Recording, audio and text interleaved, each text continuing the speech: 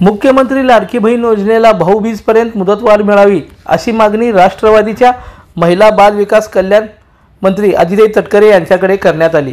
राज्याच्या महिला बाल कल्याण विकास मंत्री अदिती तटकरे तसंच युवक प्रदेश अध्यक्ष सूरज चव्हाण हे सोलापूर दौऱ्यावर आले होते।